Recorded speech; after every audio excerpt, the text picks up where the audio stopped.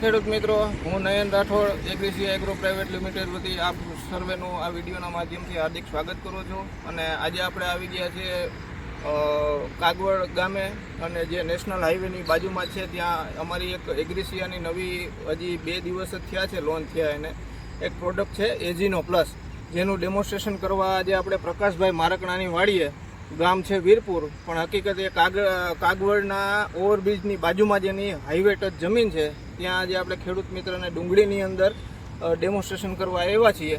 તો આપણે અત્યારે લાઈવ જોશું કે એનું ડેમોન્સ્ટ્રેશન આપણે કરીએ છીએ. ભેળવેલ છે ખેડૂત મિત્ર, તમે ભેળવજો તમારા હાથેથી અને પછી નાખજો.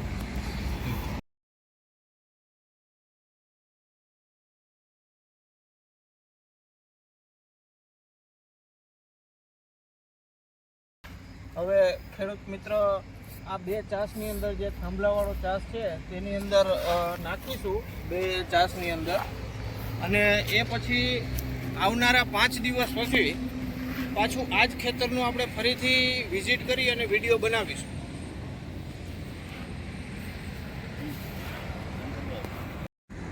નમસ્કાર મિત્રો, આજે આપણે ફરીથી 5/9/2025ના રોજ ફરીથી આપણે આવી ગયા છે.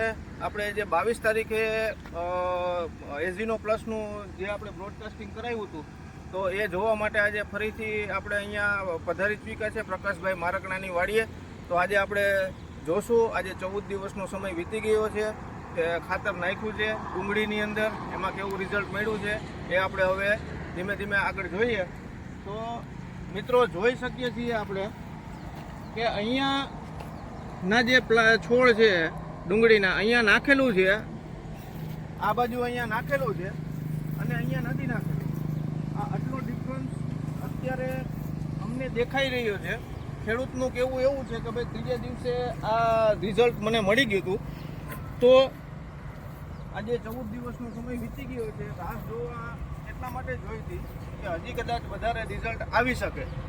તો આપણે બંનેમાંથી એક છોડ ઉપાડીને પણ જોશું કે એમાં શું ફરક છે.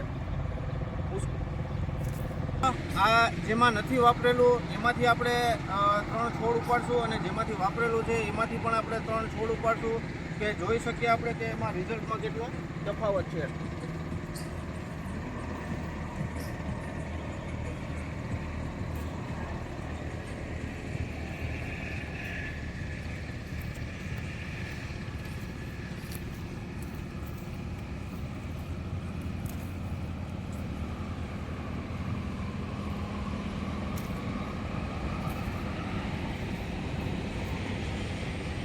તો મિત્રો, આની અંદર વપરાઈ ગયેલું નથી અને આની અંદર એજીનો પ્લસ વપરાઈ ગયેલું છે. આપણે બંનેના મૂળ સાફ કરી અને એ પણ જોશું.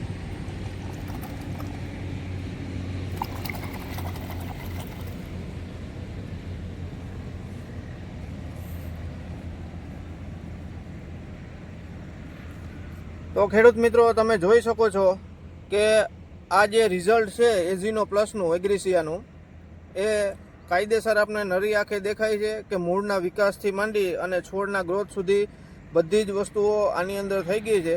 આની અંદર છોડ અત્યારે પીળા પણ દેખાય છે, રૂટનું ડેવલપમેન્ટ પણ એટલું નથી આપને દેખાતું. તો આ સીધો ફરક છે છોડ ઉપર.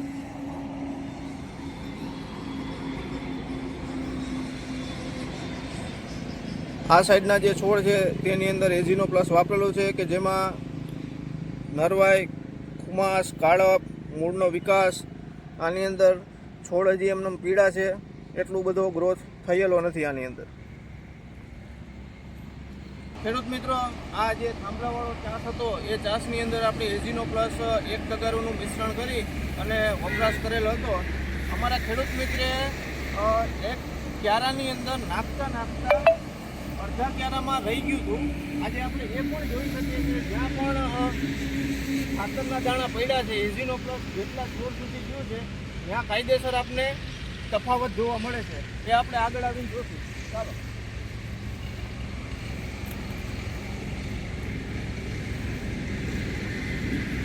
આપણે અહીંયા જોઈ શકીએ છીએ કે અહીંયાથી નખાઈ ગયેલું નથી અને આ બાજુ નખાઈ ગયેલું છે, આ બાજુ નખાઈ ગયેલું નથી. તો કાયદેસર આપણે જોઈ શકીએ છીએ કે આટલો ફરક આ 14 દિવસની અંદર અત્યારે પડી ગયો છે. હકીકતમાં રિઝલ્ટ તો 3 દિવસે આવી ગયું હતું, પણ આપણે રાહ જોઈ હતી.